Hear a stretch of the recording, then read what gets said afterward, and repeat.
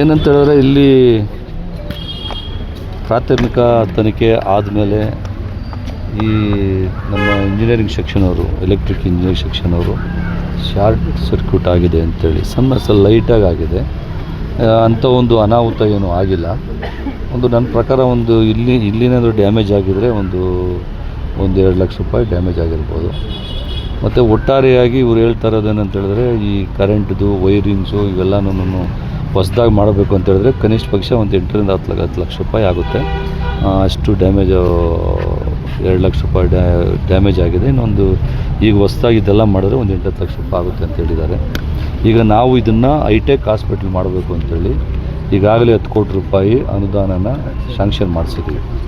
ಇದನ್ನು ಹೈಟೆಕ್ ಥರ ಒಳ್ಳೆಯ ಎಲ್ಲ ಇರ್ತಕ್ಕಂಥ ಎಲ್ಲ ರೀತಿಯಲ್ಲೂ ಕೂಡ ಈ ಬಡವರಿಗೆ ಅನುಕೂಲ ಆಗೋಂಥ ಒಂದು ಹಾಸ್ಪಿಟ್ಲ್ ಅಂದರೆ ಸರ್ಕಾರಿ ಹಾಸ್ಪಿಟ್ಲೇನೆ.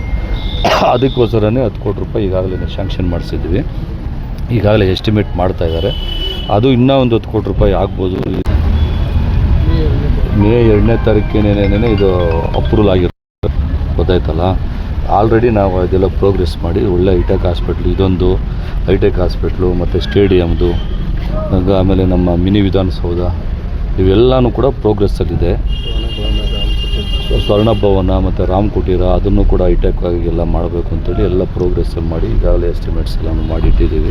ವಿಶೇಷವಾಗಿ ಬಡವರು ಉಪಯೋಗ ಆಗುವಂಥ ಗೌರ್ಮೆಂಟ್ ಹಾಸ್ಪಿಟ್ಲು, ಅದರಲ್ಲಿ ಏನೇನು ಸೌಕರ್ಯ ಬೇಕೋ ಅದೆಲ್ಲನೂ ಕೂಡ ಈಗ 10 ಕೋಟಿ ರೂಪಾಯಿ ಅನುದಾನ ಒದಗಿಸಿದ್ದೀವಿ. ಇನ್ನೂ ಎಕ್ಸಸ್ ಏನಾದರೂ ಎಸ್ಟಿಮೇಟಲ್ಲಿ ಬಂತು ಅಂದರೆ ಅದನ್ನು ಕೂಡ ಮಾಡಿ ಒಂದು ಕನಿಷ್ಠ ಪಕ್ಷ ನನ್ನ ಪ್ರಕಾರ ಒಂದು 6 ತಿಂಗಳು 1 ವರ್ಷ ಬೇಕಾಗ್ತದೆ. ಅಷ್ಟರಲ್ಲಿ ಹಾಸ್ಪಿಟ್ಲನ್ನ ರೆಡಿ ಮಾಡ್ತೀವಿ. ಇವಾಗ ಏನು ಡ್ಯಾಮೇಜ್ ಆಗಿದೆ ಅದೆಲ್ಲನೂ ಕೂಡ ನೀಟಾಗಿ ರೆಡಿ ಮಾಡ್ಸೋಕ್ಕೆ ಈಗ ನಮ್ಮ THOಗೆ ಮತ್ತು ನಮ್ಮ DHOರಲ್ಲಿ ಕೂಡ ಬಂದಿದ್ದಾರೆ. ಇವೆಲ್ಲನೂ ಕೂಡ ಪ್ರೋಗ್ರೆಸ್ ಆಗ್ತದೆ. ಸರ್, ಪ್ರಮುಖವಾಗಿ ಆಪರೇಷನ್ ಥಿಯೇಟರ್ ಅದರಲ್ಲಿ ಏನೂ ಆಗಿಲ್ಲ, ಡ್ಯಾಮೇಜ್ ಏನೂ ಆಗಿಲ್ಲ. ಇವಾಗೆಲ್ಲನೂ ಕ್ಲೀನ್ ಮಾಡ್ತಾರೆ. ಅಲ್ಲಿ ಎಲ್ಲೆಲ್ಲಿ ಏನೇನು ಹೋಗಿದೆಯೋ ಅದನ್ನು ಕೂಡಲೇ ಇವಾಗ ಕ್ರಮ ತಗೋತಾರೆ. ಕ್ರಮ ತಗೊಂಡು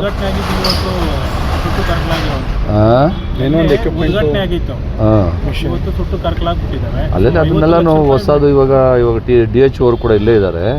ಏನೇನು ಹೋಗಿದೆಯೋ ಅದು ಇಮ್ಮಿಡಿಯೇಟಾಗಿ ಇಲ್ಲಿಗೆ ರೆಡಿ ಮಾಡಿಸಿ ಕ್ಲಿಯರ್ ಆಗಬೇಕು. ಯಾಕಂದರೆ ಬಡವರು ಬರೋಂಥ ಹಾಸ್ಪಿಟ್ಲು ಎಲ್ರಿಗೂ ಕೂಡ ಅನುಕೂಲ ಆಗಬೇಕು, ಅದನ್ನು ಮಾಡಿ. ಸರ್, ಪ್ರತಿನಿತ್ಯ ಒಂದು 20 ರಿಂದ 30 ಆಪರೇಷನ್ಗಳು ಆಗ್ತಿದ್ದಾರೆ. ಇಲ್ಲ 8-10 ಆಪ್ರೇಷನ್ ಆಗ್ತಾಯಿದೆ ಅಂತೆ. ಅದು ವಿಶೇಷವಾಗಿ ಎಲ್ಲನೂ ಕೂಡ ಡೆಲಿವರಿ ಜಾಸ್ತಿ, ಬೇರೆದೆಲ್ಲನೂ ಕೂಡ ಯಾರೂ ಜಾಸ್ತಿ ಬರಲ್ಲ. ಡೆಲಿವರಿ ಆಪ್ರೇಷನ್ಸ್ ಎಲ್ಲ ಆಗ್ತದೆ. ಅವರಿಗೆಲ್ಲ ಊಟದ ಸೌಕರ್ಯ ಪ್ರತಿಯೊಂದು ಕೂಡ ಎಲ್ಲ ಸರ್ಕಾರದಿಂದನೇ ಅನುಕೂಲ ಆಗುತ್ತೆ. ಎಲ್ಲ ಊಟದ ವ್ಯವಸ್ಥೆನೂ ಕೂಡ ಚೆನ್ನಾಗಿದೆ. ಒಳ್ಳೆ ಮೊಟ್ಟೆ ಸಮೇತ ಬಾಳೆಹಣ್ಣು, ಮೊಟ್ಟೆ, ಅನ್ನ, ಸಾಂಬಾರು, ಚಪಾತಿ ಮತ್ತು ಪಲ್ಯ ನೋಡಿದೆ. ಇವಾಗ ಚೆನ್ನಾಗಿದೆ. ಇನ್ನು ಬೇರೆ ಇದು ಏನಾಗಿದೆ ಈ ಇನ್ಸಿಡೆಂಟ್ಸ್ನ ಸ್ವಲ್ಪ ಎಲ್ಲ ರೆಡಿ ಮಾಡೋಂಥ ವ್ಯವಸ್ಥೆ ತುರ್ತಾಗಿ ಮಾಡ್ತೀವಿ.